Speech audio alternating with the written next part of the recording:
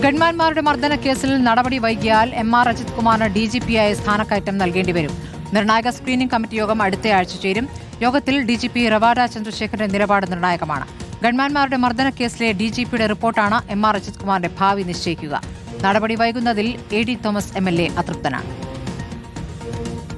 ഗൺമാൻമാരുടെ മർദ്ദന case അട്ടിമറിച്ച് വിവാദം ആളിക്കത്തുന്നതിനിടയിൽ ADGP എം.ആർ. Ajith കുമാറിന്റെ സ്ഥാനക്കയറ്റത്തിൽ ഉടൻ തീരുമാനമുണ്ടാകും. DGP-മാരുടെ സ്ഥാനക്കയറ്റം തീരുമാനിക്കുന്ന സ്ക്രീനിംഗ് കമ്മിറ്റി അടുത്തയാഴ്ച യോഗം ചേരും. യോഗത്തിൽ പോലീസ് മേധാവി റവാഡ ചന്ദ്രശേഖരന്റെ നിലപാട് നിർണായകമാകും. യോഗത്തിനു മുമ്പ് അന്വേഷണ റിപ്പോർട്ട് ആഭ്യന്തര വകുപ്പിന് നൽകിയില്ലെങ്കിൽ എം.ആർ. അജിത് കുമാറിന് DGP പദവി ലഭിക്കും. അന്വേഷണ റിപ്പോർട്ട് വൈകിയാലും ഈ കാര്യം അറിയിച്ച് സ്ഥാനക്കയറ്റം തടയാൻ DGP-ക്ക് കഴിയും.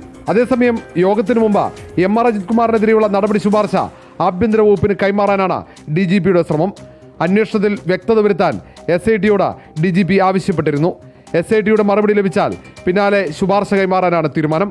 എം.ആർ. അജിത് കുമാറിനെ സംരക്ഷിക്കേണ്ടതില്ലെന്നാണ് ആഭ്യന്തരമന്ത്രി രമേശ് ചെന്നിത്തലയുടെ നിലപാട്. അങ്ങനെയെങ്കിൽ DGP-യുടെ ശുപാർശ ലഭിച്ചാൽ തൊട്ടുപിന്നാലെ എം.ആർ. അജിത് കുമാറിനെതിരെ നടപടി ഉണ്ടായേക്കും. റിപ്പോർട്ടർ, തിരുവനന്തപുരം.